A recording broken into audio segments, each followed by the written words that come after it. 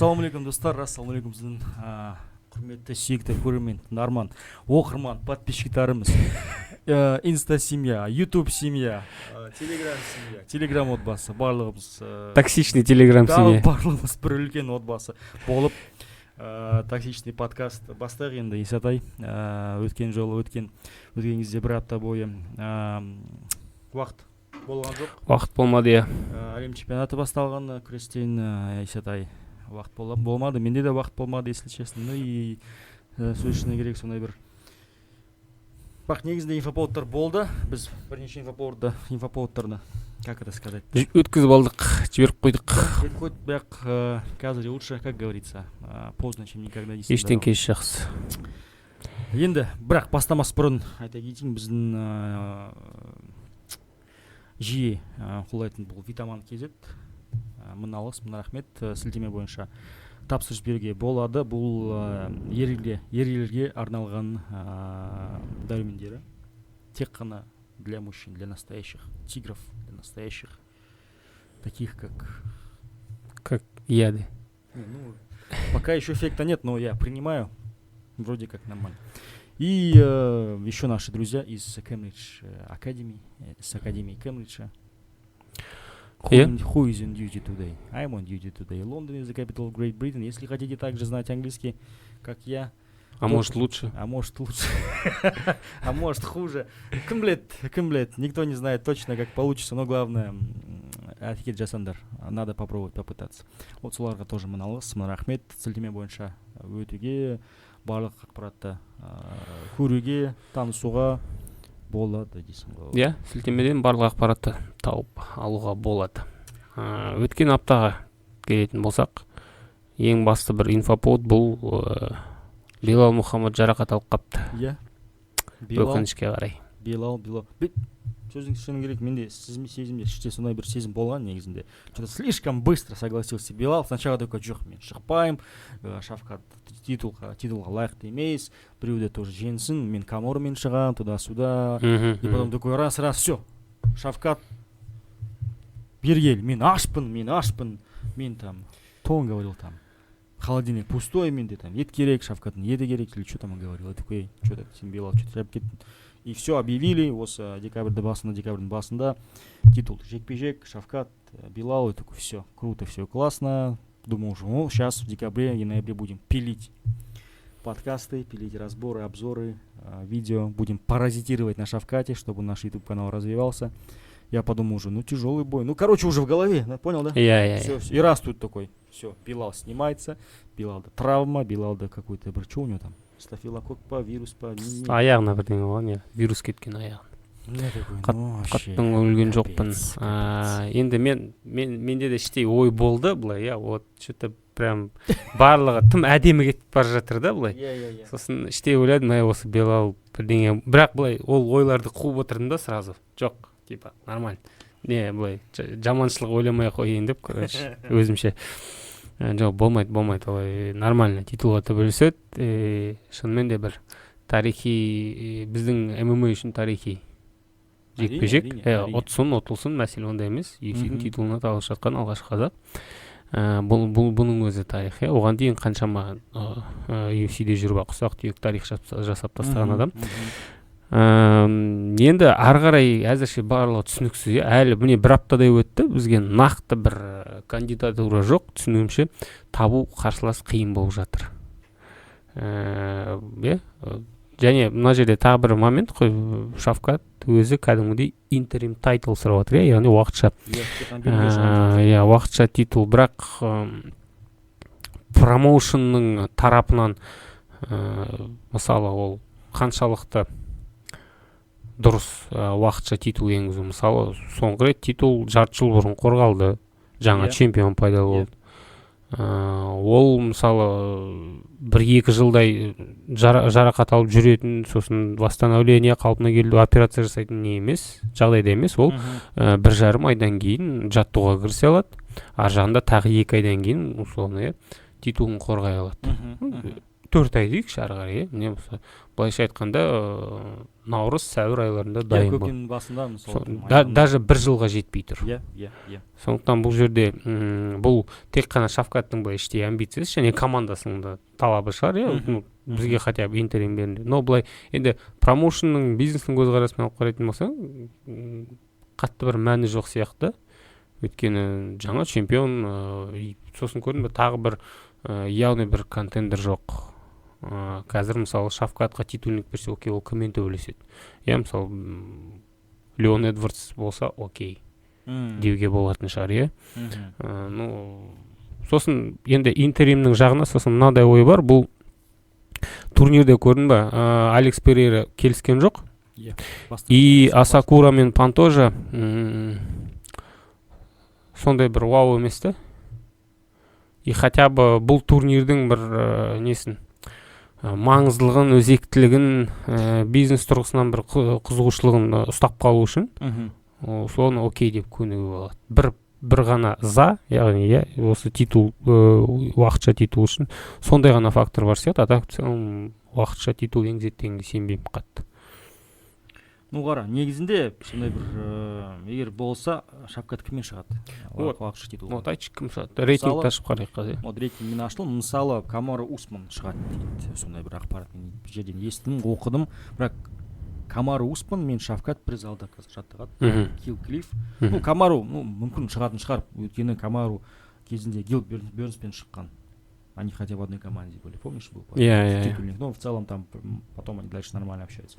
Шавкат там может он выйти, выскочить, но блин, Тагом бар. Там кто-то говорил, там Мачадо Герри тоже вызов бросал, там Хоаким Бакли, давай, кеттик. В итоге их двоих свели просто на декабрьский турнир Fight Night UFC.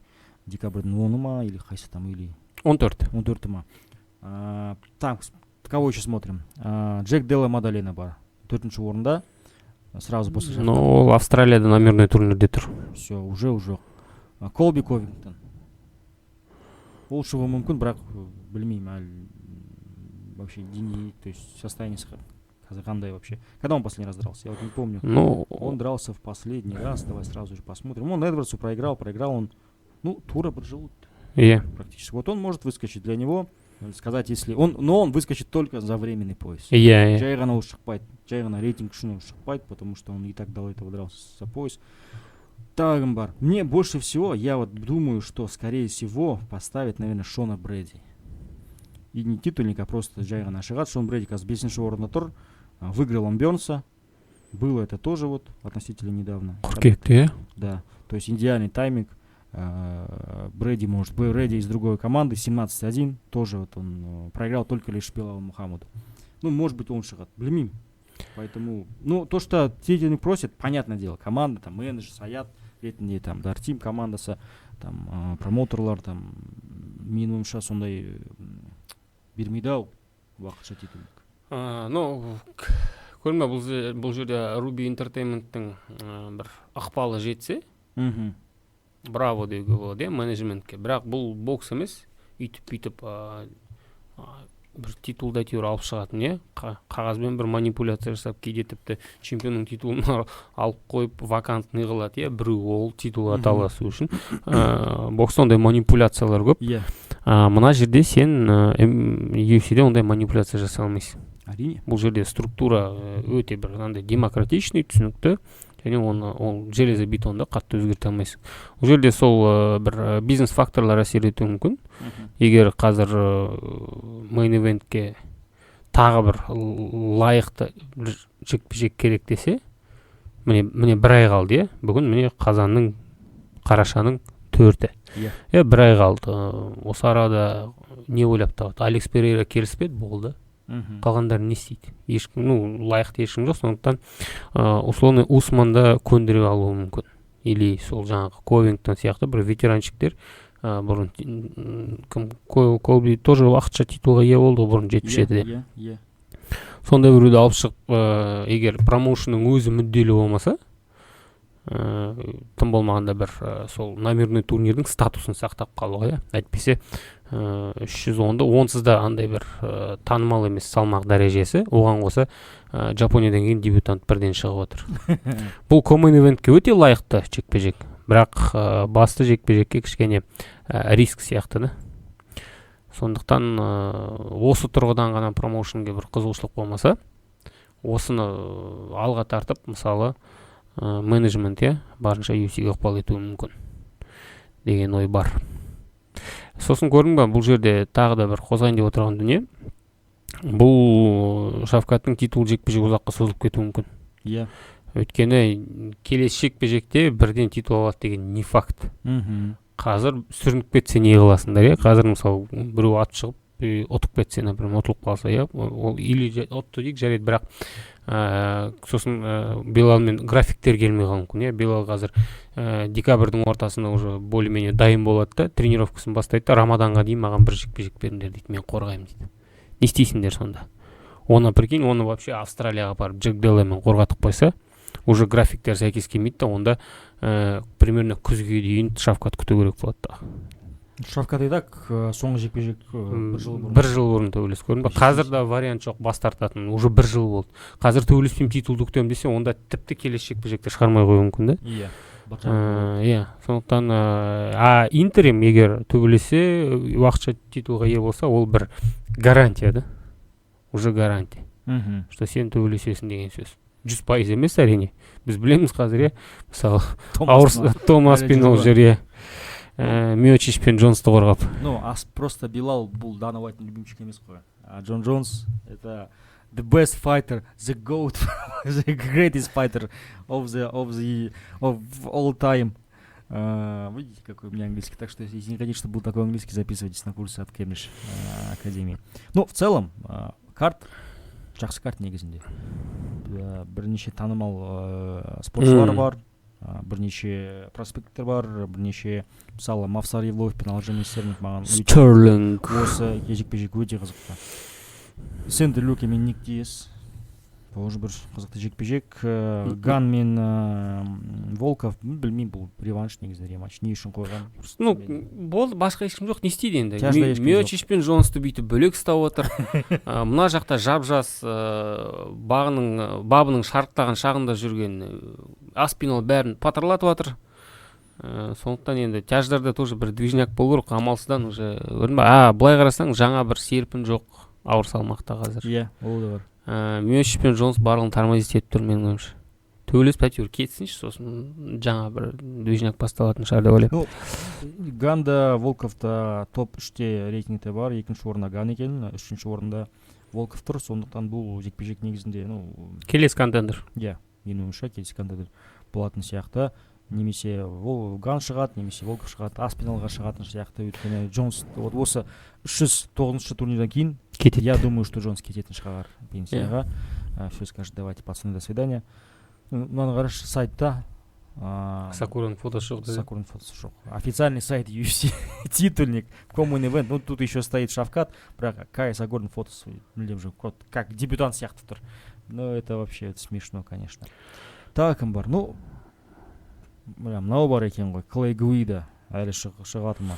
Чейз Хупермен ба? Иә, Майкл Киеза бар, ну, мынау Смит пен Доминик Райс. В общем, негізінде американский Богдан Гусков. Негізінде сондай. Көреміз қалай болатын, бірақ мен ойымша мүмкін Брэди немесе Ковингтон шығатын сияқты. Ковингтон шықса, онда Ковингтон тек қана уақытша титулға шығатын сияқты. Өйткені жай ғана проходной бір жекпе-жекке шықпайды ау. Брэди, менің ойымша, егер шықса, онда Брэдиге сондай бір кепілдік керек. Егер сен жеңсең, онда келісі мүмкін сен боласың деп. Реванш как раз таки Белал Мухаммедке реванш береміз, титулға береміз, сондай бір кішігірім бір тарих бар. Соның арасында, Брэди мен Белалдың арасында бар. Так білмеймін қалай болатын. Әлі жаңалық жоқ, әлі непонятно, мүмкін вообще шықпайды Шавкат, білмеймін. Ну, егер шықпаса, онда простой тым ұзақ. Иә, онда 1,5 жылға дейін кетіп қалайын деп тұр. Иә, а так уже, надо уже газовать. Когда, если не сейчас? Да? Вот так? Примерно осылай. Оп Примерно деп UFC-дің темасын жауып тастайық. Давай. Сосын өткен апта бізде не өзіміздің қорамызға оралатын болсақ. Давай. Бізде Алаш Прайд болды. Біз Алматыға барып келдік. 101-ші турнир. Давай, бұлай айтайын саған. Енді әрбір жекпе-жекке тоқтаудың қажеті жоқ шығар. Бұлай жалпылама бірінші қорытынды жасап көрейік.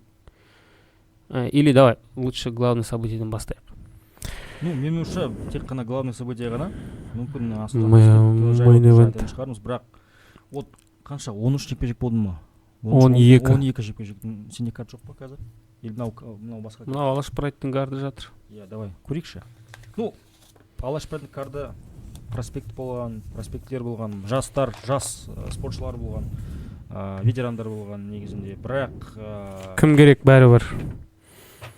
Сондай бір вау деген нәрсе Алаш Прайдтан осы 101-ші турнирден болған жоқ сияқты. Және карт жүдеу болды да, кішкене жүдеу. Адамдар көрермен саны Ақтөбе, егер салыстырсақ, егер Ақтөбе мысалы Қоныс аренада болған адамдар, мен осы балуаншылықта болған адамдар, аздау. Ау баста 13 болған, сосын біреу атымен өтіп кетті, в общем 12 пар қалды. Енді Алматының жұрты тойған ондайға.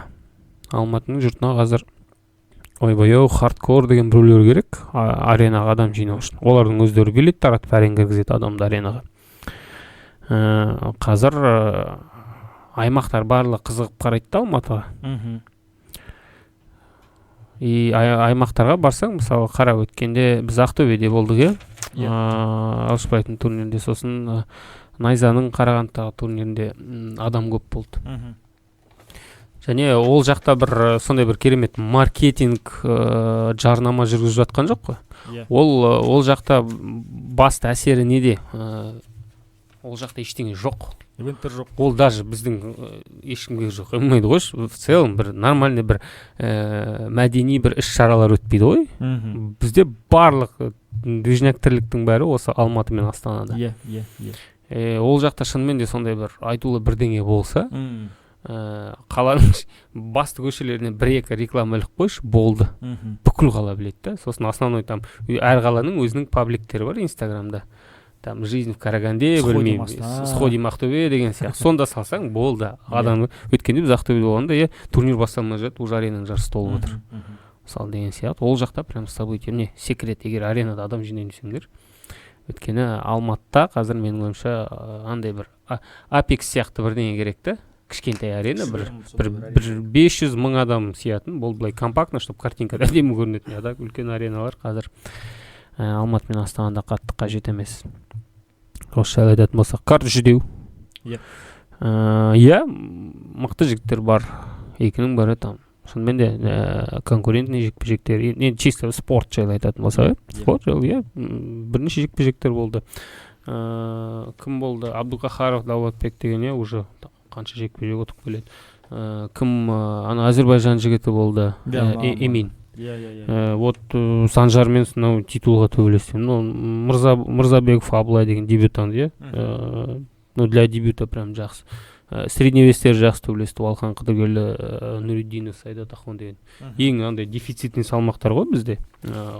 77, 84 деген сияқты ары қарай сосын. Асылжан Таскеттің жекпе-жегі өте конкурентный болды. Набиев Башир, мысалы Дағыстаннан жақсы андай. Бірақ чисто дагестанский стиль.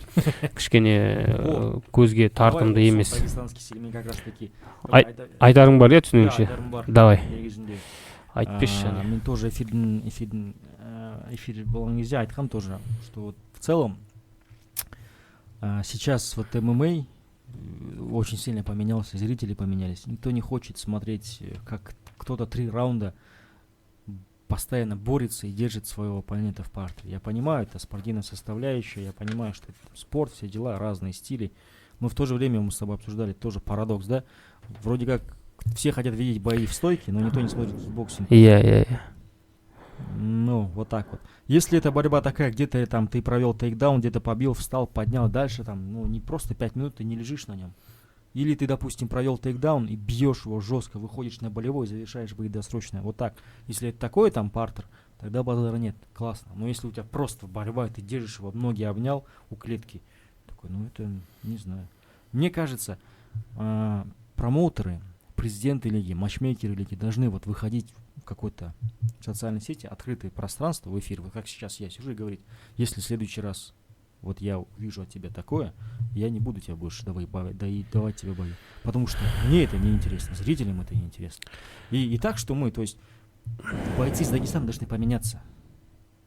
Им и так, мне кажется, нигде не рады практически из-за их стиля. Если ты не Хабиб и не Махачев, если ты не из топ. Понятное дело, что у нас в Алаш-Прайде, там где-то, может быть, в других организациях дерутся не бойцы из команды Хабиба даже, потому что все бойцы, кто тренируется там, они, возможно, уже где-то обкатались и все. Как минимум, там, Брейв, Бахрейн, там, и Америка, США. В нас дерутся, в СНГ дерутся, наверное, чуть поменьше там уровня бойцы, но, тем не менее, тоже умеющие бороться, умеющие там бить в стойке и так далее. Но вы должны меняться.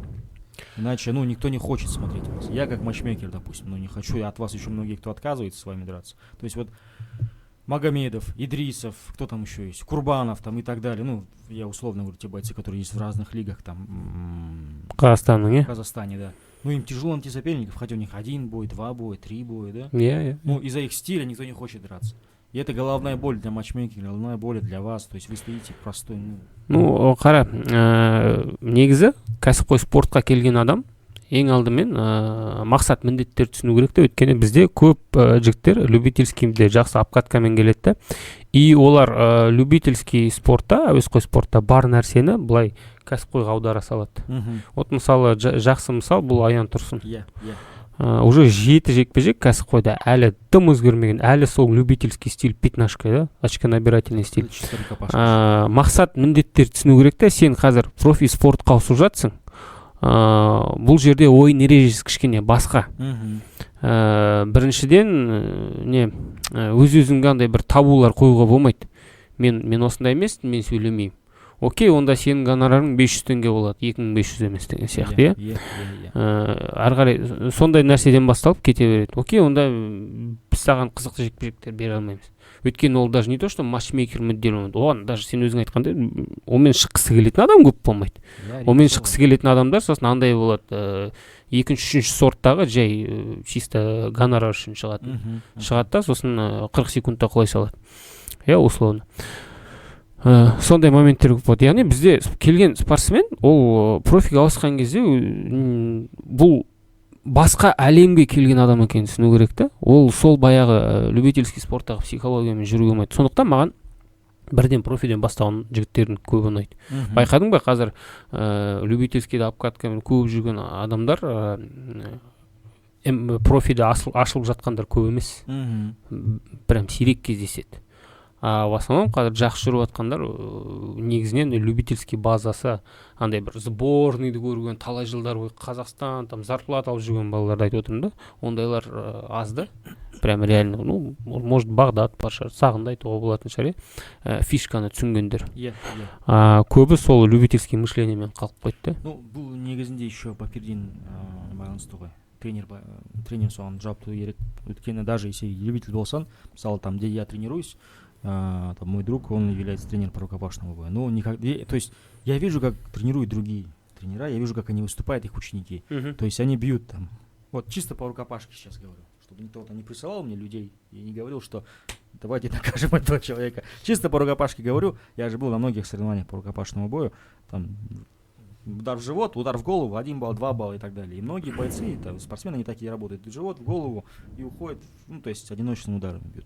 Вот там, где я тренируюсь, мой друг, он так не тренирует. Он говорит, зачем мне эта фигня? Это, то есть лучше они пускай работают комбинационно, пускай, то есть силовыми тогда работают. То есть это тоже зависит от тренера. Кто как тренирует. Кто, допустим, тренирует чисто вот на результат, ты можешь просто вот один удар в живот бить постоянно, один удар в живот, и вот ты выиграл 10 баллов, и бой закончился. Или вот джеб в живот, и все, я выиграл. Вот так вот, стиль Аян Турсун до сих пор так и не поменялся. Возможно, слишком много времени она провела в любителях, либо слишком, то есть уже Көп отырып қалған любитель, да? Ну, знаешь, еще, может быть, боится рисковать, может быть. Это же тоже риск, если ты сейчас начнешь рубиться открыто. Ну, көрдің ба, ол неден, неге ол ондай рисктен қорқады? Және байқасаң, аяңға нелер ыңғайсыз. Андай кішкене агрессивный, корявылар ыңғайсыз, да? Техничныйлармен нормально төбелеседі. А именно агрессивный и кішкене корявый болып қысым көрсетсе, все. Посыпалось. Бой Бақтыгүл. Вот кешегі плюс-минус одно и то же. То же самое. Эдна Оливейра, Бақтыгүл. Да, похоже. Сценарий один и тот же. Все, мына велосипед басталады, челнок, тикет, өйткені любительский әбден кетіп қойған кезінде. Плюс мен байқаған физухасы жетпейді. 52, да? 52-ке физухасы жетпейді. Возможно. То есть, ну, прикинь, ол UFC-ге өтіп кетуі мүмкін қазір, вообще без проблем. Да. Но ана жаққа барған кезде, ана жақта американка, бразилианкалар, олардың кәдімгідей күші көп ол. Олар ірі, олар 7-8 килограмм түсіреді кәдімгідей. Сосын ең бастысы олардың көбі кәдімгідей партерде күресе алады. Вот, сонда бастады қызықтың бар. Өйткені физикасы жоқ, бұл салмаққа жетпейтін, күресе алмайтын адам, бұл сондай бір оңай қарсылас та, стилистически. Егер сеткаға тіресе болды. И плюс соңғы жекпе-жегі, допустим, непрезентабельный. Мына қызды UFC-ге аласыздар ма десе, матчмейкер алады да, соңғы жекпе-жегі наш етіп қарайды да. Окей, я подумаю, дейді. Деу мүмкін да. Но қыздар болғасын, я кішкене попроще. Мынадай стильмен пацан точно оңай түседі. Мы вам перезвоним. Стильге қатысты сонда, я біз плавно далаға кетіп қалдық, давай назад. Просто видишь, қайрадан ішке кірейік. Вот, допустим, тот же самый Надыр Алиев дрался против Сержана Сапаргалиева. Надыр Алиев, он из команды Астрахан Топ-Тим. Он базовый сандист. Астрахан Топ-Тим в целом, ну, у него в основном ударники. Даже Ахмед Алиев, он главный, скажем так, фронтмен, да? Астрахан Топ-Тим. Наш родной суперсерик Разгалиев. Когда уже Эрик приедет в Алмату в качестве секунданта Надыра Алиева, было бы круто с ним пообщаться. Вот, они все в основном ударники. Да, они умеют бороться, но у них не такая борьба, как, допустим, у многих. Но, тем не менее, Надыр Алиев, когда начал получать, возможно, от Сержана Сапаргалиева, Сержан Сапаргалиев 5-8 рекорд. Ну вот, сразу же залетел в профи, то есть не было никакой любительской базы, просто человек любит драться и дерется. И тут Надыр сразу же начал бороться. И что сказал президент лиги вот между нами? Сказал, что если еще раз ты так будешь драться, я тебе, не дам бой. Вот, то есть это не было, там, скажем, где-то там в эфире это сказано, там, в Инстаграме, там, где-то у кого-то брал интервью. Это не в общественном, там, не в открытом поле это было сделано, так, между нами где-то сказал ему, там, если еще раз будешь драться, такие бои не будут. Ты же ударник. Не сказать, что ты ударник. То есть, видите, даже промоутер понимает, что ему нужны ударники, потому что такое никто не будет смотреть. 3 раунда борьбы, тупо борьбы. Жоқ, күрестің де түрі бар. Егер андай көзге тартымды, агрессивный күрес болса, оған шыдауға болады еще. А так сеткаға тіреп ұстап тұру просто. Окей, жарайды, оны қазір езіп отыра беруге болады. Алашбаевтың бас жекпе-жегі жайлы сөйлегенде. Сариев Паива. Общее впечатление қандай? Ну, общее впечатление Паива, не знаю, как он дрался раньше в 57. Сейчас он 61 дерется, но вообще мелкий был, да. Даже на 61 он мелкий был. И Паива как будто просто вышел за чеком, что ли, я не знаю. Он там. Ну, у него был план в партер. Это я увидел. В последнем раунде там на партер дал, в начале тоже партер дал.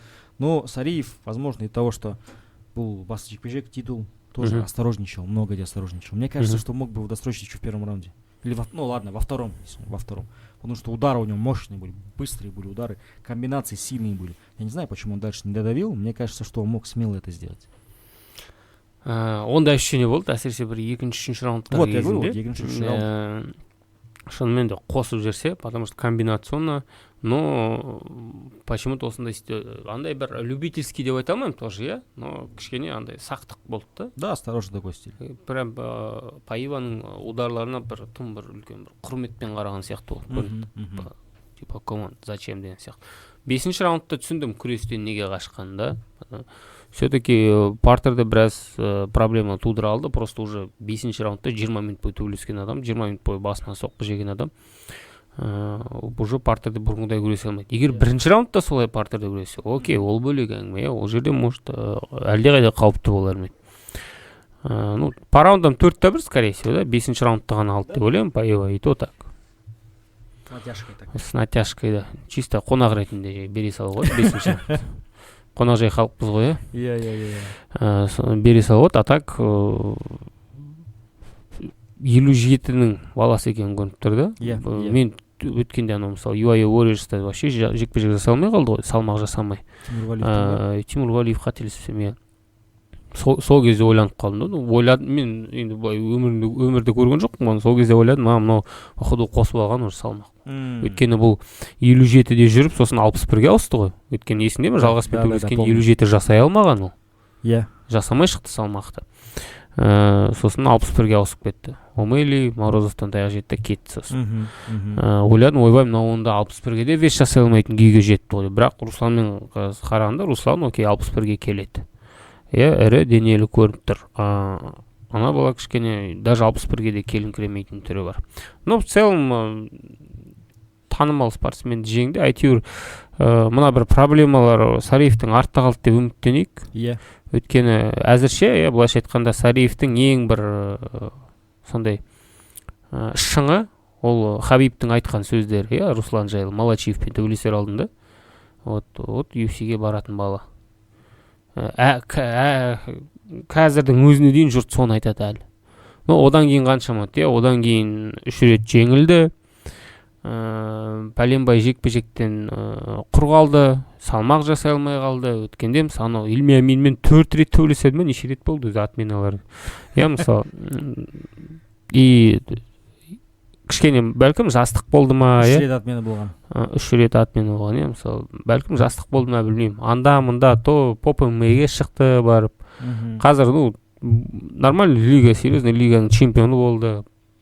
Жақсы соперник жеңді. Бұрын UFC-де болған, қазір кімге дейін, Сариевке дейін 2 жекпе-жек отып, местный бір лиганың чемпионы болған. Енді әлі кәрі де емес қой, былайша алып қарайтын болса. 27-те. Иә, сол кезінде берілген авансты енді ақтайтын шығар деп үміттенейік. Стилі в целом смотрибельный. Бірақ как будто бы сол ұтылғанға дейін Сариев сол кезде жалындап тұрған сияқты, қазір сондай бір жалындаған Сариевті көрмеймін, шынымды айтайын. Сол кезде как будто вот пер реально, да. Қазір уже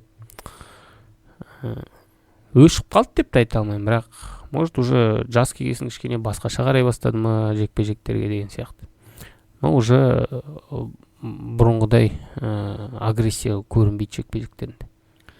Ну, мүмкін сондай бір біз білмейміз ғой. Іште не болған, не болғаны, Сариевтің іште не болып тұрғаны. Бірақ мен байқап тұрғаным, бұл негізінде бір кездер бұл Сариев Найзада чемпион болған, бірақ Найзадан не особо дрался, потом Найзаға қайтып шақырған өзі Нұрбек Қарабала. Но так и не понравился Найза. Потом был какой-то бой, что они объявили, но он, оказывается, не был объявлен, тоже какой-то непонятный бой, когда он там был на тренировках, вроде как он упал с мопеда, что-то еще непонятно. То есть Сариевтің арасында вокруг всего постоянно какие-то вот инфоповоды есть иногда. Понимаешь, да, есть что-то такое. Но в основном осындай негативный контекст. Болмай қалды, салмақ жасамады. Ну вот такой вот, видишь. Вот если бы он был бы по-помашнику, он был бы очень популярен. Я тебе отвечаю. Ну, если это было бы в России жили бы таких, знаешь, потому что там вот как раз таки там... Бұзық балаларды ма? Хулигандар? Шовкал, допустим, там то еще есть, который не делает вес, бои срывает, типа вот перцы, знаешь, не приезжает, там, не приехал, не сорвал бой. Ну, тоже так прикольная тема, да, какая-то раскрутка.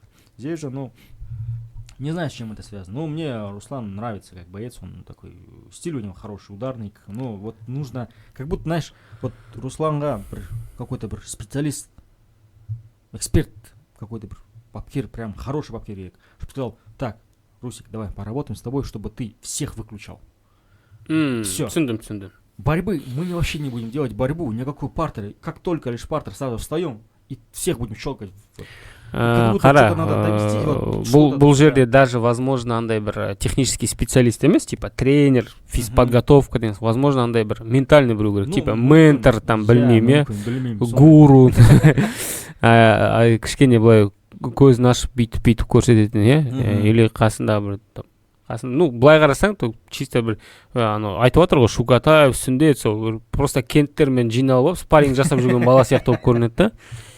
А по факту негізінен вообще әсіресе бұндай 30 жасқа жетпеген спортсмендерге менің ойымша кәдімгідей бір авторитет беру керек. Егер саған біреудің сөзі өтпесе, егер сен бұндай деңгейге жете тұра, қасында сен бар, чемпион, анау мынау деп бір жеріңе жел беріп жүрген кезінде сені кішкене түсіріп отыратын адам керек та, сөзі өтетін. Өйткені саған сөз өтпесе, әсіресе спортсмен, более-менее талантливый спортсмен, ол құриды. Ондай қаншамасын көрдік. Өйткені сен чемпион болған кезде қасыңдан атып шығады неше түрлі адамдар, сен құлаған кезде сол кезде сосын тайып тұрады, жоқ болады. Вот көреміз қалай бұл белбеу, чемпиондық Алашбайдың белбеуі тоже сондай бір қосымша жауапкершілік, қысым мүмкін.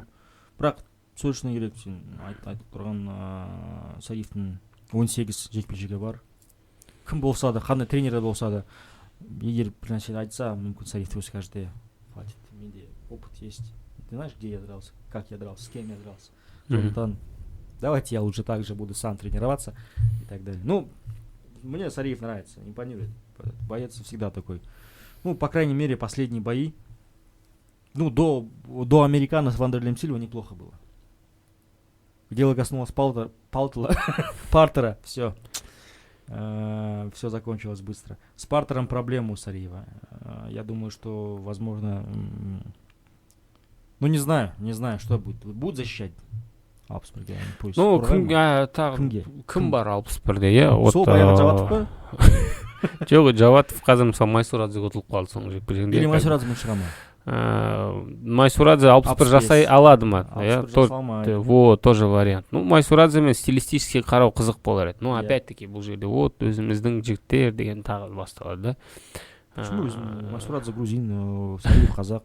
Қайдағы біздікі? Майсурадзе қазақ қой, ты қуасың ба? Да не, шучу. Ну, да, реально там. Жоқ, тағы да бір сондай бір бразилец біреуді алып келмесе, сол Паиваның ар жақ бер жағы кімге қарсы қорғайды, білмеймін. Қорғай ма вообще деген сияқты. Кетіп қала ма қазір бір жаққа. Руслан не уходил в какой-нибудь Тайсей, знаешь, не хотелось бы. Қазір мысалы арабтар біздің нарыққа көп назар аударып отыр ғой, Брейв, UAE деген сияқты. Сол жаққа кетсе дұрыс болатын да шығар. Қытай мүмкін. Қытай может, Жапония бар. Бірақ веш жасасаңдар болды. Жарайды, Русланның сәттілік енді. Құттықтаймыз. Жаңа чемпион. Алашбердің 61 килограмм жаңа чемпионы. 61 килограммда чемпион болған негізінде, да? Этот же был. Джибилов. Да? А Мексикано, оно Вандерлей мен интеримге төбелесті олар уақытша.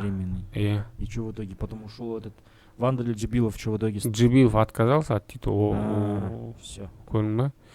И, в общем, екі чемпион да кетті ғой. Не, просто я...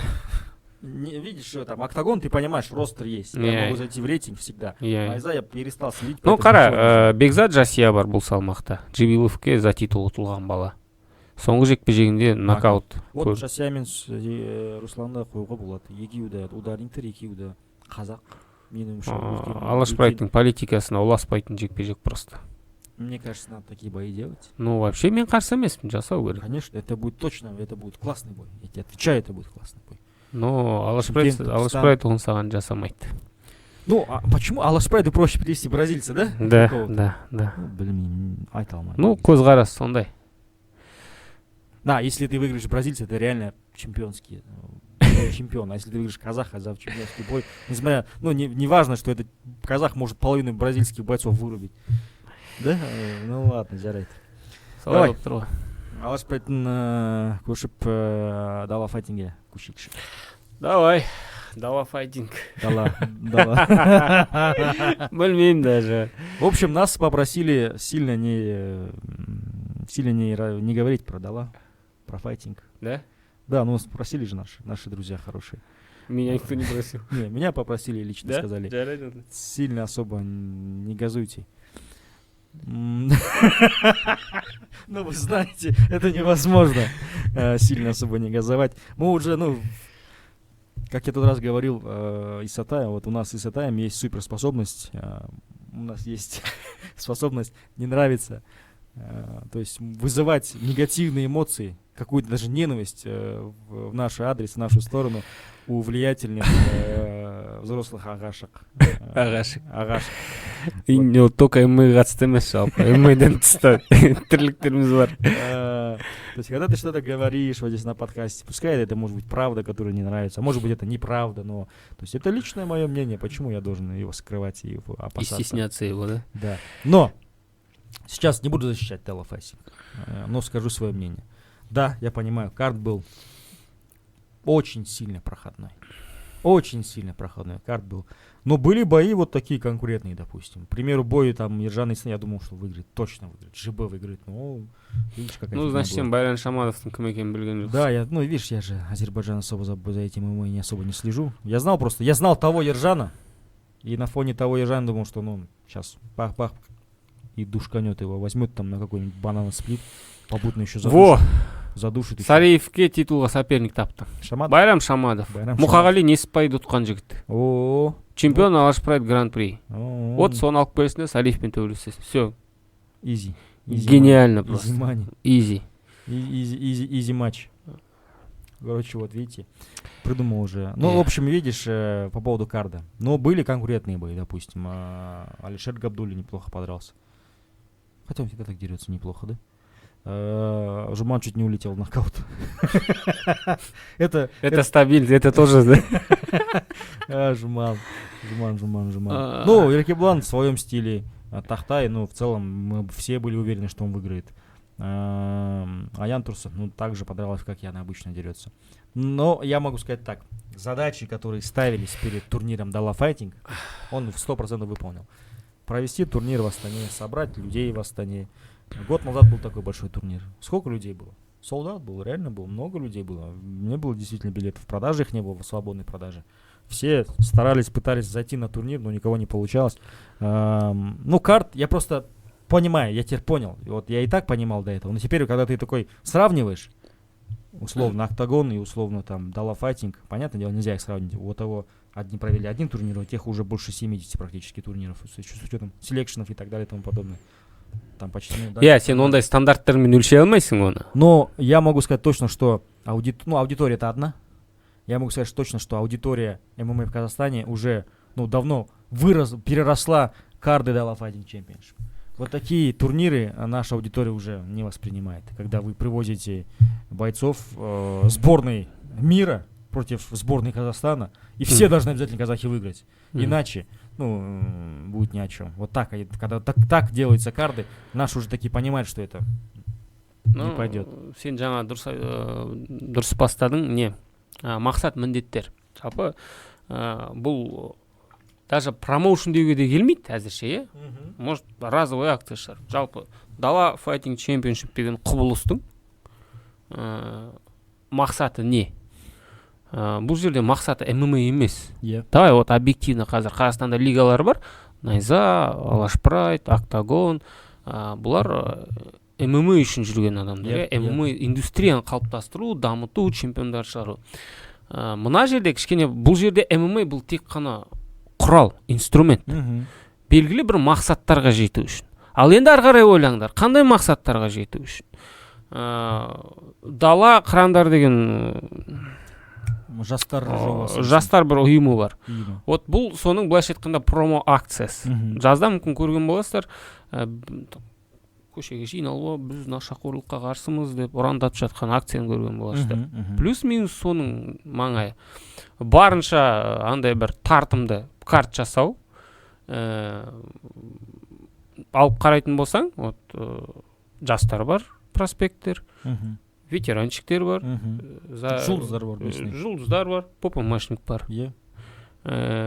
Таза бір ажиотаж жасау үшін жасалынған дүние.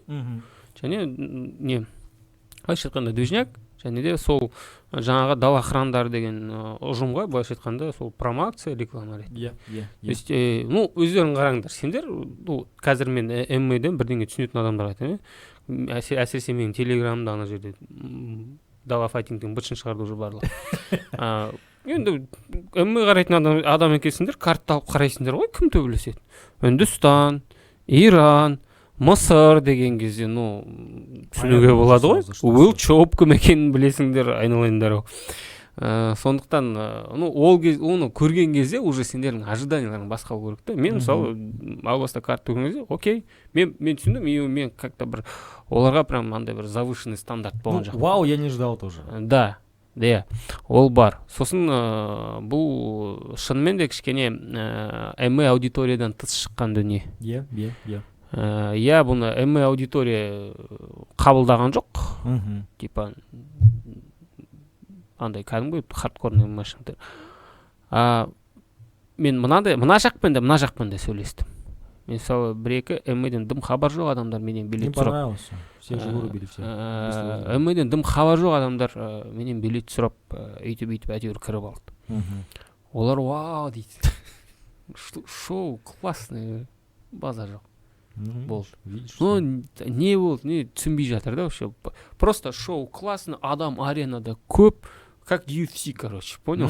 Примерно ондай, MA-ден алыс адамдарға ол күшті көрінді да. Біз уже капризный адамдармыз, әу баста сосын мен өзім үшін мысалы дала файтингтің мақсат міндеттерін түсінді, менде қатты бір запрос болған жоқ оларға. Но шынымен де жекпе-жектерді сәл де болса конкурентный жасауға болар еді. Қалай дегенмен бұл бір 10-15 жыл бұрын артта қалған дүние. Да. Чем я говорю, это карт начала 2000-х. Плюс аудитория только зарождалась. Сосын бір-екі фактор, судейский кішкене андай нені послевкусиен бұзып жіберді да. Ол бір ғана рефериге байланысты, қазір при всем уважении Бауыржан Жұманов деген Өзбекстанның рефери. Возможно, ол кісі просто көп жұмыс істеп қойды. Мен мысалы комментатор ретінде білемін, егер көп эфир жүрсең, сосын басын қақпай кетеді. Арасында үзіліс алып отыру керек. Болмайды. Ол былай көрінуі мүмкін, сен бір күнде келіп 2 сағат сөйлеу не деген сияқты. Фигня емес пе деген сияқты. Бірақ күнде келіп осылай прямой эфирде отыра берсең, сен уже даже 2 сағат болсын, уже 4-5 күннен кейін сен басын қақпайды, эфирде просто на автомате отырасың да, зомби сияқты. Сонымен аналогия келтіріп отырмын да. Возможно, Бауыржан Жұманов уже көп жұмыс істеп қойды, үзіліс керек. Өйткені турнир подряд кете береді. Или ойыңды басқа бірдеңеге аударып отыру керек та. Мен көбінесе бұндай ойды басқа бірдеңеге аударатын, ол кітап жестко, соңғы 2 жыл кітап кәдімгідей құтқарады. Зейін жоқ өткені. Көз алдында тұрған нәрсені көрмейсің. Анау мысалы енді ұйықтап жатыр ғой. Неужели андай деңгейдегі рефери Вон Флюдің не екенін білмейді? Соны айтшы. Даже ударник Жұман Вон Флюд не екенін біледі, жасап жүр. Тиісіп отырайық Жұманға. Жұман енді грельфер болды ғой. Крыша борец, видел этот проход в виду было, да? Не деген барба дейсің? You're wrestler now, this man. What is your boxing? В общем, Бауыржан Жұманов жайлы айтатын дұрыс негізінде. Мүмкін просто человек действительно устал, может быть. Потому что работать в центре как рефери, это ответственность, во-первых. Еще и нагрузка на нервную систему. Ты же должен за всем следить. Но видишь, где-то он остановил рано поединок Еркеблана после одного удара. Вот сонда айтайын деп тұрмын. То есть екі бір момент болды рефериге қатысты бұл турнирде, екеуі де бір адаммен байланысты. Там вообще он не остановил. Тут он остановил рано. Ана жерде Жұманның өзі тоқтатты. Жұман еще такой. Мне нравится, он так сидит такой. Посмотрите на него, он такой, продолжаем, такой, посмотрите, индус, блядь, вот так лежит. Бля, мне еще нравятся наши вот эти СМИ, желтушники, вот к вам обращаюсь вы, блядь, вот мы тут вдвоем стараемся, все в индустрии ВМК стараются сделать так, чтобы показать, что это, это не бои, блядь, без правил, где дерутся на какой-то заброшенной парковке, где тотализатор, собаки лают с грязной там машины, где убивают, блядь, дерутся, как в фильме «Кикбоксер». Вы пишете, чуть не убил, блядь. Это что за херня? Вы, блядь, издеваетесь, что ли? Я не знаю. Рефери чуть не убил, там чуть не умер. Классно. И так вообще в Казахстане ММА, хотят полностью закрыть, запретить, все. Ага. вы еще такое пишете. Ну, допустим, человек, который не разбирается. Он чуть не умер, вот так. Собачьи бои деген басталады сосын. Ну вот чисто вот технически, вот егер удушканы разбирать ететін болсақ, ол қыртығаннан кейін олай адамды өлтіріп тастай алмайсың сен. Сен мына миға қан баратын нені қысып тастайсың, ол үшін бар ғой, адамды бір жарты сағат қылқындыру керек ана жерде өлтіріп тастау үшін. Ну, егер сондай мақсатың болса. Ну, Жаман молодец, он почувствовал, что он уснул уже. Ана жерде бәрі көрді рефериден басқасы. Не знаю почему. Қолды бүйтіп салбыраған кезде, көзі бүйтіп кеткен кезде түсінікті ғой уже. Ну, возможно, Бауыржан Жуманов, рефери, подумал, что он пытается пройти там гард или там в халфгарде находится и будет бить. Ну вот, көрдің ба, бұл біздің ММА журналистиканың, ну, қандай кейіпте болсын, әйтеуір бірдеңе бар ғой, Да. Әйтеуір ММА туралы жазатын біреулер бар, бірақ оларға жоқ жерден бірдеңе шығару керек те. Охват просмотр керек. Алады да сосын осындай херняны жазады апарып.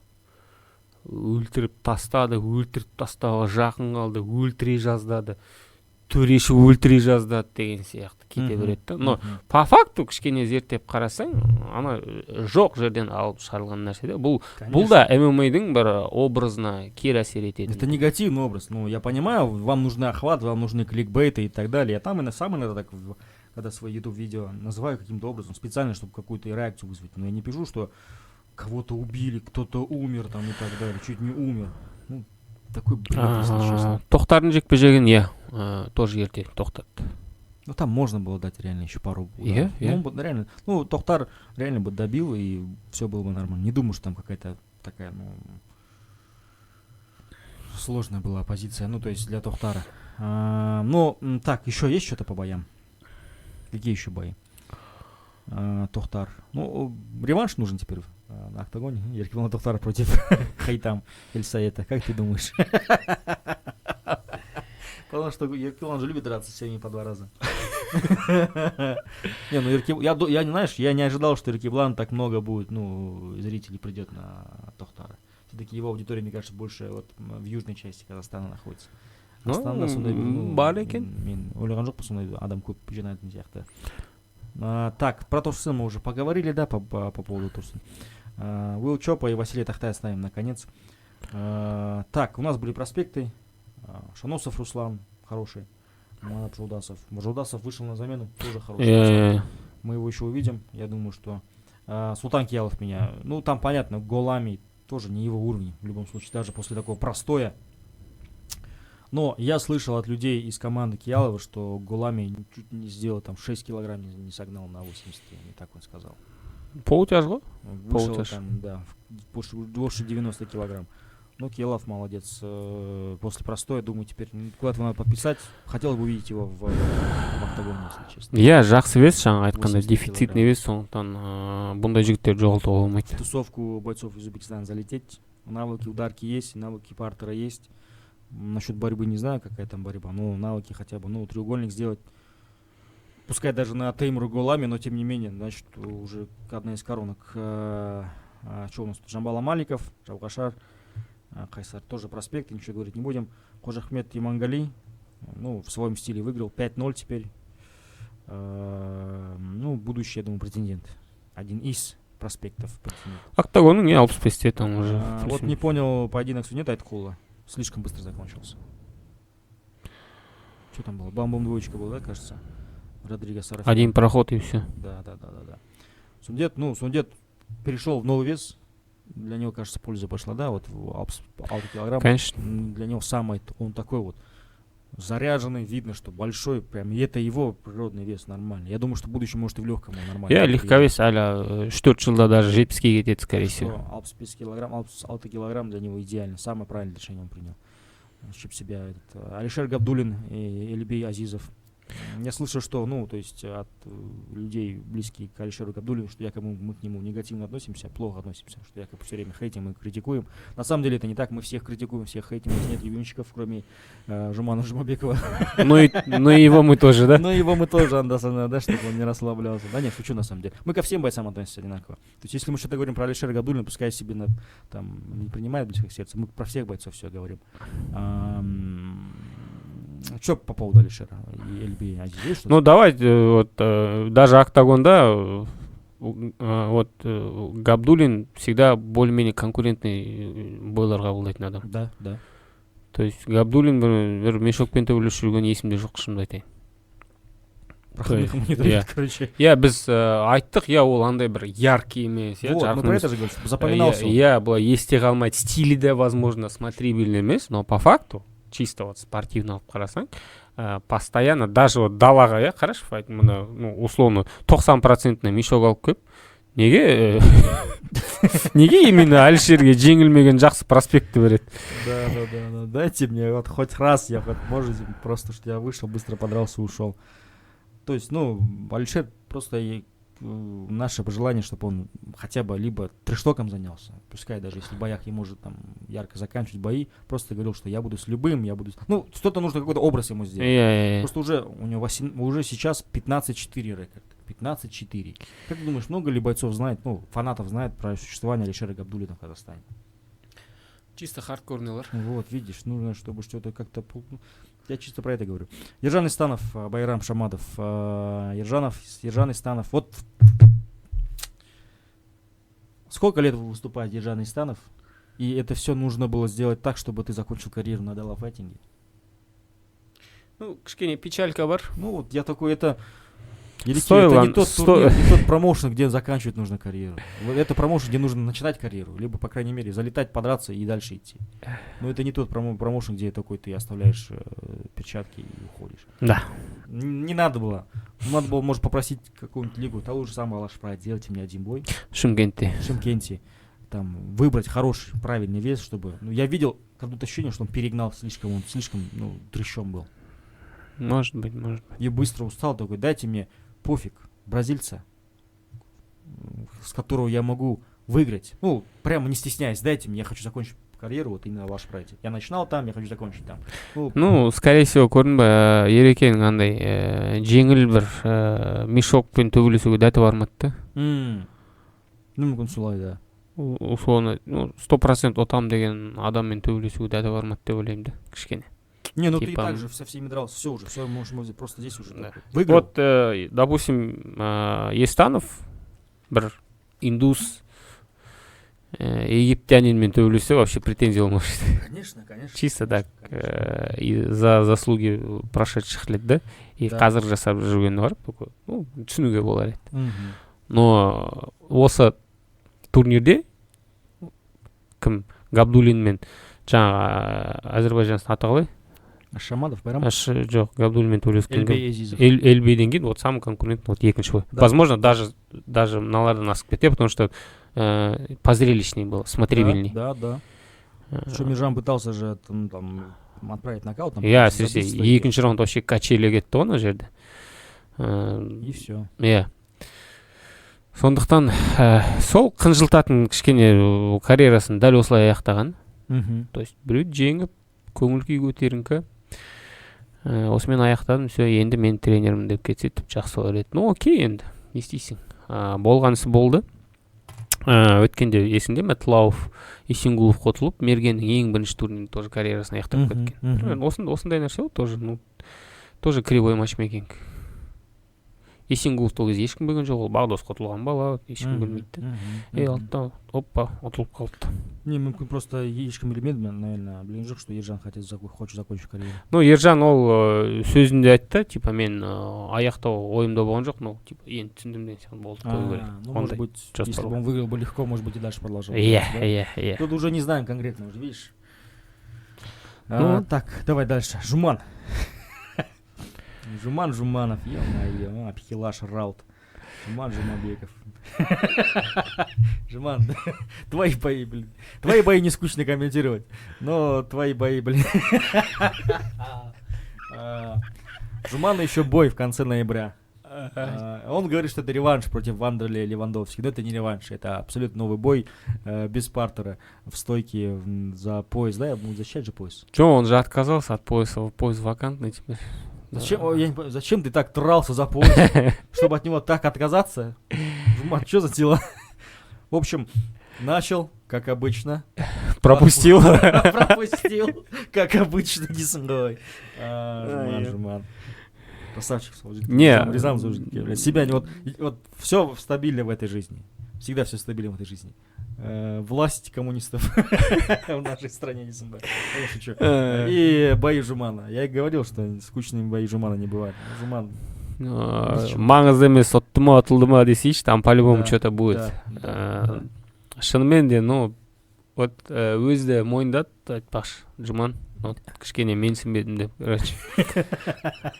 Бұл бірінші жағдай емес қой, я говорю, братан, уже жасың 40-қа жақындады, кішкене, давай этот анализ жасайық. Посерьезно относись, это все-таки бои же, деген сияқты. Чуть-чуть недооценка болды, все равно класс қой, класс, за счет класса вытащил. Анауың корявый болса да, ударлар ауыр екен да, еще Жуманның кішкене бойы ұзындау да. Не, он быстро воткнул эту двойку, залетел просто. Екі рет кірді ғой, Да. Сосын нокдаунда чуть не добил. Но, қараш, бір жағынан кішкене турнирді бұл жағынан да құтқарып қалды ғой, егер мешоктармен төбелестесіз, бля, Жумана чуть не вырубили деп айтуға болады. Ержан ұтылып қалды деп айтуға. Жумана чуть не вырубили, это не, знаешь, не аргумент, его постоянно чуть не вырубают. Ай сайын төбелеседі қазір. Блин, вот я, 4 айда. Я переживаю за Жумана. Слушай, я понимаю, есть вот большая цель, мақсат бар, үлкен мақсат. Үй салу, анаға үй салу, это, я уважаю, действительно уважаю это. Но, зачем такой дом, если ты будешь вот так дома там ходить? Я, конечно, не хотел бы такого, что произошло. Это просто, я понимаю, если, знаешь, бои бы не были такими у Жумана. Подрался, бах-бах, забил, все, как квадсях, знаешь, все, ушел. И следующую неделю, как помашники дерутся. Но его каждому бою, качели, на Маде, как его там, по 5 раундов он порубился. Тут чуть не улетел в нокаут. Сейчас еще будет тот Вандерли, крупный пацан, по идее. Не знаю, какая у него ударка, но крупный пацан. Поэтому, Жуман, не знаю, когда он еще собирается еще драться. Бокс декабрьда еще. All Stars. Бокс еще ладно, там еще печатки чуть побольше. По сути, 4 айда 3 дисциплинадан шығайын деп тұр ғой. Он сентябрьде бокстан төбелесті, міне 27 ма қашан там последний число сентября All Stars. Еще прикинь, был бы в Казахстане какой-нибудь грэпплинг промоушен, он бы там тоже выскочил бы. Потому что показал, что он, оказывается, умеет грэпплинг делать. В общем, Жуман красавчик, молодец. Но больше так не делаю. Вообще никаких претензий нет.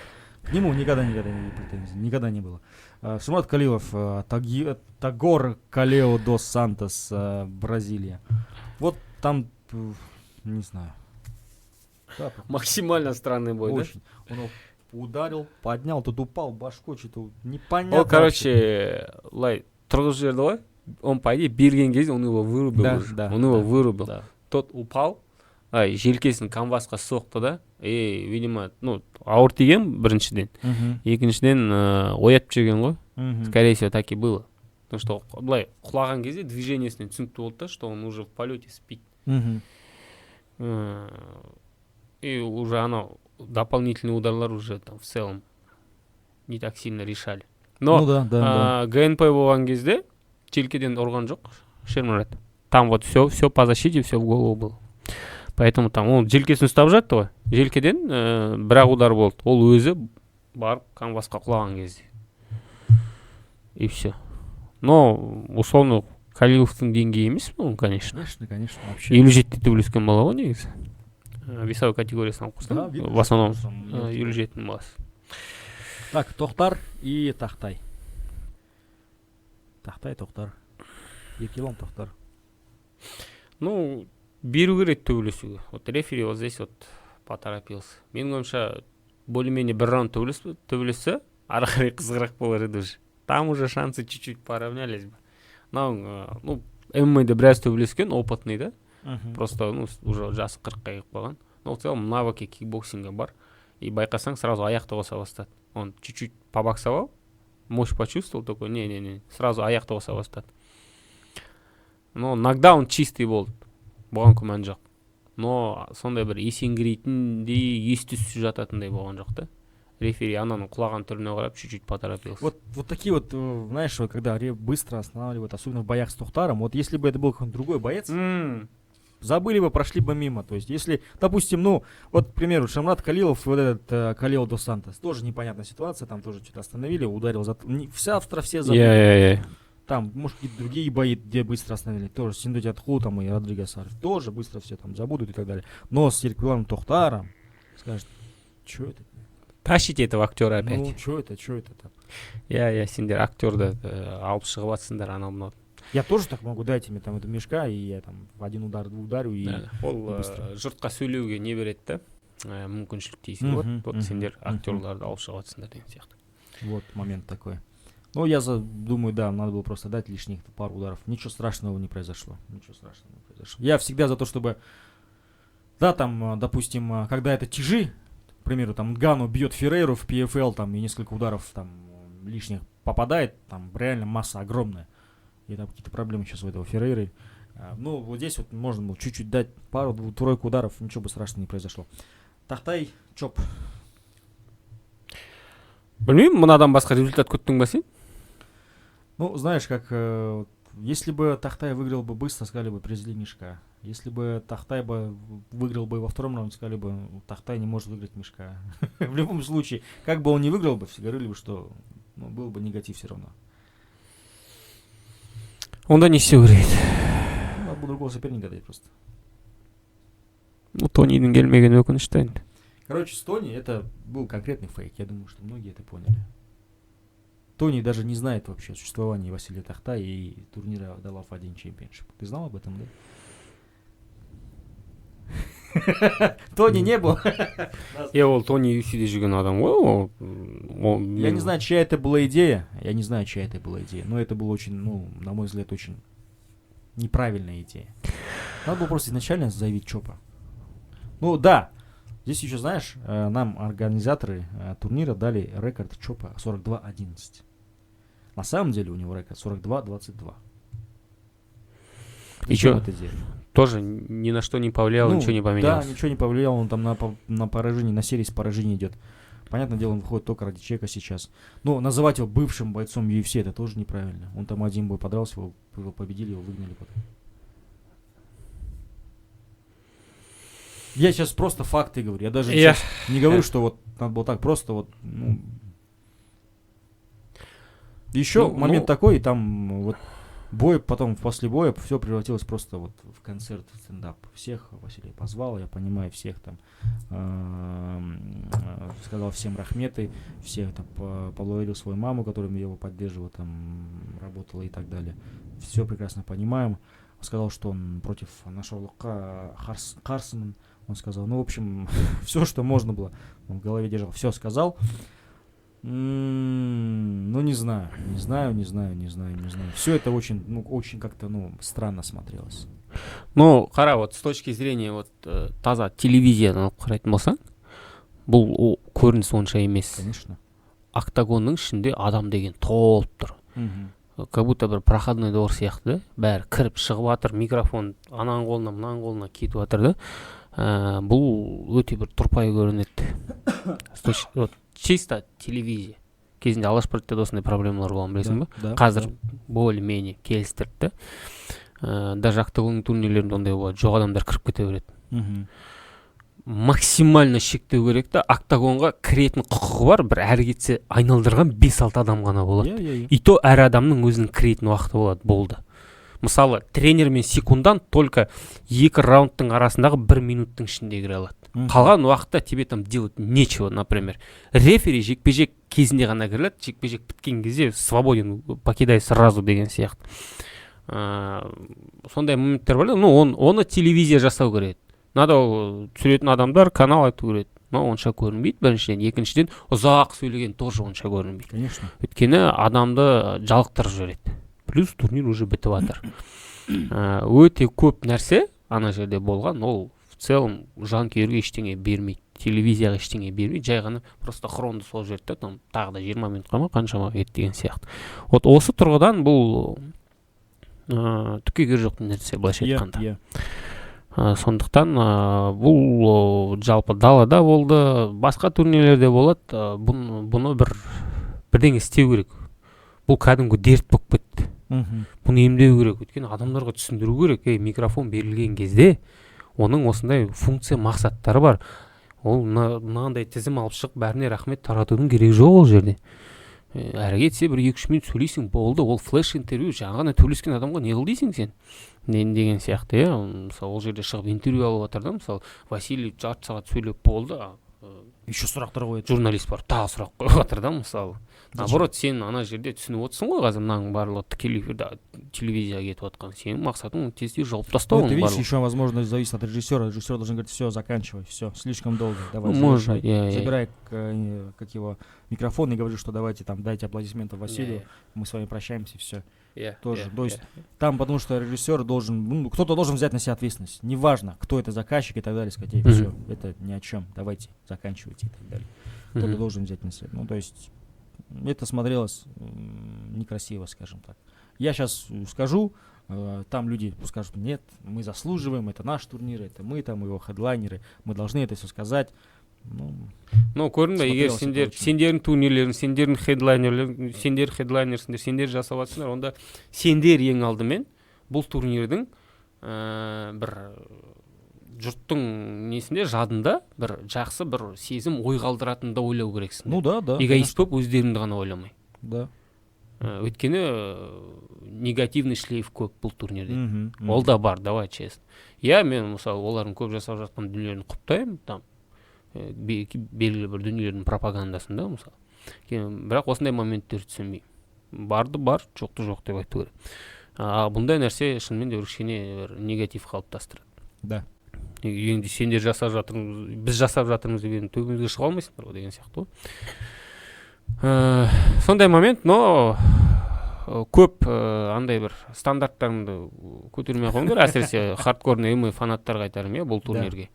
Өйткені әу баста бұл жерде ММА тек қана құрал болып шықты. Әу баста бұл турнирдің шынымен бір ММА индустрияға қатысы аз.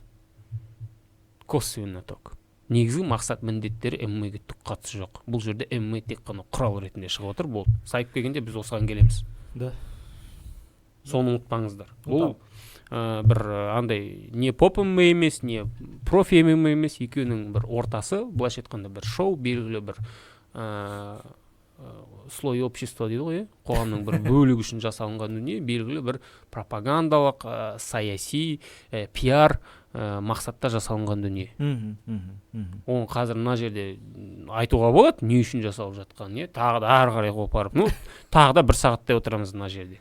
Сосын енді біз енді қалай дегенмен спорт ММА подкастымыз ғой, біз қазір бұл болған құбылыстың мақсат міндеттерін талқыласақ, біз кішкене басқа салаларға кетіп қоямыз қазір. Иә.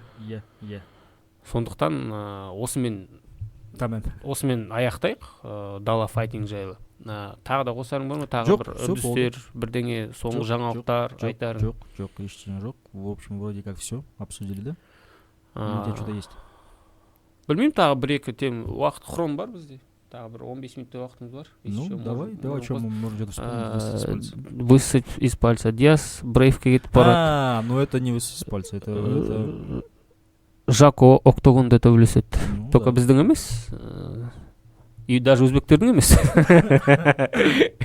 Чехтардың. Диас брейвке кетті. Мен шынымды айтайын, құптаймын. Өйткені Қазақстанда біраз уақытын жоғалтып алды. Жылына 1 рет төбелесу дегеніміз ол Диастың деңгейі емес, біріншіден. Екіншіден, мына жалпы Қазақстанда отырып Диасқа менің ойымша соперник табу қиын. Ұсынған шарттары өте жақсы. Өте жақсы шарттар, ақша жағынан. Енді сомасын айтпай қойын, но бұндай ақшаны екінің бір ала бермейді. Бұндай ақшаны Диас өмір алып көрмеген спортсмен ретінде.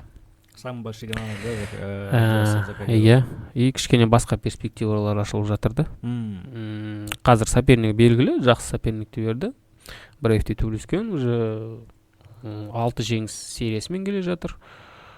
Соңғы рет 2 жыл бұрын ұтылған. В целом Диас ала алатын соперниктердің бірі. Ұтады деп ойлаймын. Алдағы желтоқсан айында төбелеседі бұйыртса. Бұл жерде кім Қазбек жарақат алып қап, Диастың жолын ашып жіберді, былайша айтқанда. Өйткені ұсыныс түсті, осы 3-4 апта бұрын. 1 ай бұрын дейікші. бірақ Диас мен Қазбекпен төбелесемін деп принципиально отырып алды. Вот вопрос жабам Қазбекпен, сосын кетемін деп. Потом. Мен оған айттым, сен Қазбек, сен үшін ол уақыт жоғалту. Олар айтты, декабрьде біз саған қазір егер қол қойсаң, біз саған декабрьде береміз деді сразу. Жекпе-жек. Вот мен декабрьде Қазбекпен төбелесем, давай төбелесейік, сосын қаңтарда сіздермен контракт қоямын. Қазбек алады, травма алады. Соответственно, декабрьде төбелесе алмайды. Декабрьде Диастың төбелеспегеніне уже 1 жыл болады. Иә. Жас болса, міне 30-ға жақындап қалды уже. Келесі жыл 30-ға келеді. Сосын болды, ары қарай түсінікті, все, кету керек болды. Сондықтан бұл жағынан кімнің Қазбектің травмасы бәлкім даже Қазбектің өзінде құтқарып қалған шығар, иә. Ну, Диас серьезный риск, өте үлкен риск. Там 90 на 10 шанс. Есть шанс, но очень маленький. Ну, қара, Қазбектен сондай Диасқа шығу, мен ойымша сондай бір фанаттардан бір тарап сияқты ма, сондай, потому что есть какая-то обида у фанатов к Қазбеку за еще бой с Багдатом.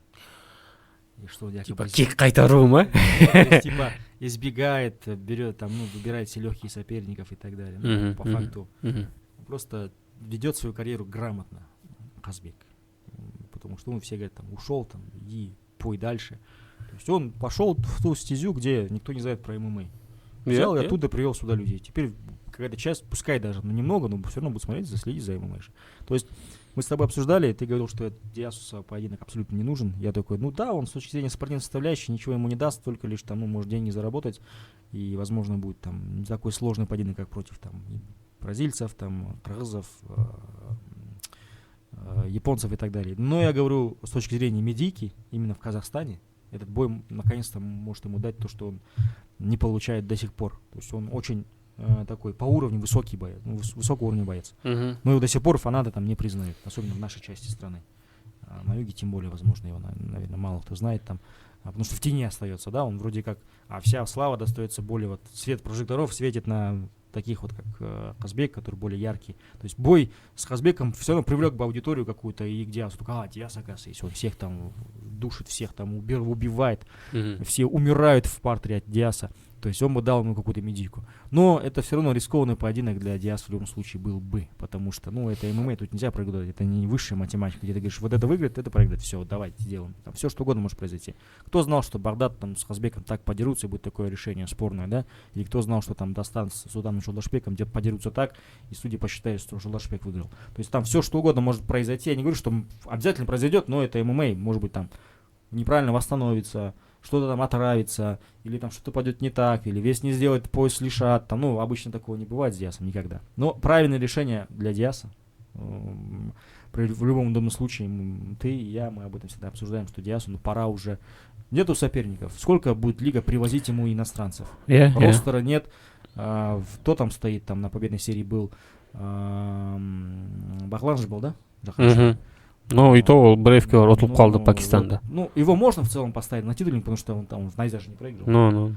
То есть чисто так, технически. Но Бағлан вроде как не хочет драться, не хотел драться с Диасом в хороших отношениях. Ну, а вот теперь как это лигу все разруливать? Это тоже, знаешь, головоломка для любого матчмейкера, когда кто-то говорит, я с этим не буду драться, потому что это мой кореш, это мой братан, это мой агай, это мой не разрешает агай, это ты, короче...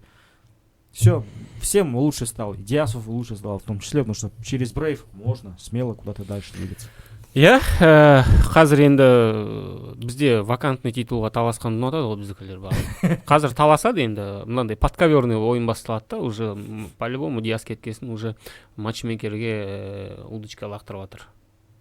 По-любому Бағлан, по-любому Дзюдоист Қарағандының баласы Шаратов, Қазбек по-любому, олардың барлығы қазір сұрайды. Я думаю, что на месте матчмейкеров Найза нужно делать реванш Қазбека и Бағлана.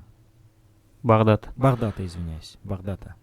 Жұбаныш Сағын за пояс 56,7. Багдат келіссе. Багдат 57-ге келіспейді. Почему? Титул? Переходить в любом случае надо Багдад. У него нет соперников 52, 53,5. Ну, вообще, егер өзіңнің ММА'дегі болашағыңды ойласаң, 57-ге Ну, это логично же. Логично, иә. Конечно, мы об этом обсуждали, ты об этом говорил. Но в мире только лишь 2-3 организации, где есть эта весовая категория. Салмақ қоса алатын курстар бар, специально ММАшниктерге Я арналған. знаю такой, да. Бұны мен Бағдадта біледі деп ойлаймын. Сондай бір курстардан өтіп барып 57-ге ауысу керек. Егер реально ММА'да ұзақ жүремін десең, а так, ну, шынымен де қазір келген бір жас пацандармен төбелесіп жүрмейсің ғой, иә. Ну, объективно мен көрдім, есімдерін ұмытып қалдым. Магазада бар екен 52-ге сұранып жүрген балалар. Ну, такой жақсы, не, смотри, ну, понятно, что есть, но, да. Ну, Бағдадқа ол керек жоқ. Ну, либо Багдад должен защищать пояс 52, 53, вот этот 5. Хазбек должен стать чемпионом 57. И Багдад должен кинуть взор на второй титул. И может стать первым двойным чемпионом. Жоқ, ол кезде Қазбек уже двойной болып қойды ғой. Да, видишь, нет, но в любом случае это будет интересно. 56 за пояс. Реванш, потому что это будет интересно точно. В общем, вроде все. Иә, сосын Джако кетіп барады октагонға. Тоже интересный. Нам кто-то вкидывал информацию, что гонорары там хорошие. В чешском октагоне. В казахстанском. Не евразийской лиге октагон. А просто европейской. Европейской. Лигой, которая пишет через октого, через К, а не через Си. В общем, хорошие гонорары там, хорошо будут платить Жалгасу. В целом, рады за него, что, ну, здесь вышел на победную серию, все классно сделал, дрался, ну, против хороших соперников, по идее. И вот теперь дальше продолжает карьеру. Он не старый же, по идее, Жалгас, может еще выступать. Вполне может выступать. Запас прочности бар, шығат әлі де төбелесе алады деп ойлаймын. Сосын негізі Европа біз үшін бір жабық рынок қой. Вот, мысалы осы өткен жылдан бастап, 1-2 жылдан бастап Нұрекең Фенға апара бастады да, более-менее. Фен ол октагоннан кішірек енді, по факту. Даже Қазақстанның октагонына да жетпейтін шығар, просто Европа болғасын барып жүрген лига деп ойлаймын. Ну, хороший продакшн, поединки, бои видео, очень хорошо делают. Иә, а мына октагон енді шынымен де бұл топ-10 әлемде. Вообще соңғы жылдары ең бір жақсы прогресспен келе жатқан лигалардың бірі. И енді Жако кезінде былайша айтқанда Ресейдің ММА-ның назарын Қазақстанға аудартқан адамдардың бірі. Иә. Енді дәл солай сол еуропалықтардың назарын кішкене Қазақстанға аударта алса екен деп ойлаймын да. 4-5 бала хотя бы сол жаққа өтуге мүмкіншілік берсе, в целом нарық ретінде ашып көрсе. Да. Өйткені октагон деген енді сұмдық промоушн. Вот именно продакшн, картинка, жалпы анау сатылымдар, арена толтыру дегенді алып қарасаң, анауың деген шынымен де топ. Сондықтан егер Жако арқылы ол жақтың матчмейкерлері, жанкүйерлері Қазақстанның ММА-не назар аударса, мен осы тұрғыдан ғана қарап отырмын да, в целом. А так Жако үшін жақсы вариант, конечно, жақсы лигада төбелеседі, норм гонорар алады, может даже за титул төбелесіп қалады деген сияқты. Сондай момент. Болды осымен. Ну, мен айтарымды айттым. Было бы круто, если кто-то из казахов попал бы в КСВ какой-нибудь. КСВ. Вот это было бы. Это было бы вообще. Европейцев в лигах казахов мало, да, по идее? Кто там дрался? Жоқ ешкім, аз. Қазір Европада сол КСВ, сосын Cage Warriors, норм, более-менее еще, сосын Арес бар, Францияда. Франция. Ареске даже қазір, мысалы, өткенде ана Азамат Нуфтуллаев бет, тяж өзбектердің төбелесіп келді за титул сразу, бірақ ұтылып қалды. Ну, даже олар ол жаққа шығатын варианттар тауып отыр да, сондықтан жаңа нарықтарды игеру керек. Маған қазір ұнайды, уже араб елдеріне біздікілер жиі төбелеседі, UI Warriors'та қазақтар көп төбелеседі, Brave'те қазір кетіп жатыр, Қытай ашылды, енді міне Америка ашылса тіпті жақсы. Просто видишь, возможно, то, что в Европе же все-таки на английском, там на каком-то, не знаю, немецком, французском, чешском общается. Может быть, у нас просто нет таких специалистов, кто может поддержать. Ну, есть проблемы. Возможно, просто нет менеджеров оттуда, кто заинтересован с казахами. Иә, сондай бір көпір құра алатын адам керек та. В общем, жалпы солай. Біздің подкаст осымен тәмам. Исатай, Арман Исатай біздің астында барлық жеке сілтемелер болады. Инстаграмға, Исатайдың телеграмы, жеке YouTube адамызға әрине міндетті түрде жазылыңдар, және де осы YouTube арнаға жазылыңдар, ұмытпаңдар. Комментарий, лайк, пікір, подписка, все как обычно. Давайте осы жылдан аяғымыз 10 мың подписчик давайте жетейікші. Қазір бізде 6 мың, кажется, да, примерно 6-7. 6 мыңда, иә. 6 мың, давайте 3-4 мың что бізге. Фигня ғой. Көп сұрамаймыз ғой. Все, всем ассалаумалейкум. Надеюсь, сіздерге осы подкаст ұнаған сияқты. Көріп келсің бе? Ну, посмотрим. Ұнады деп үміттенеміз, в общем. По-любому надо. Как иначе? Нашей душной аудитории. Yeah. Все, давайте, всем салам алейкум. До следующего подкаста.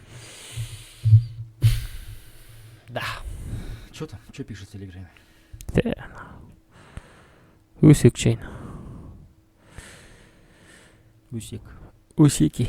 Телеграм Исатай — это просто сплошные усеки просто. Хорошо.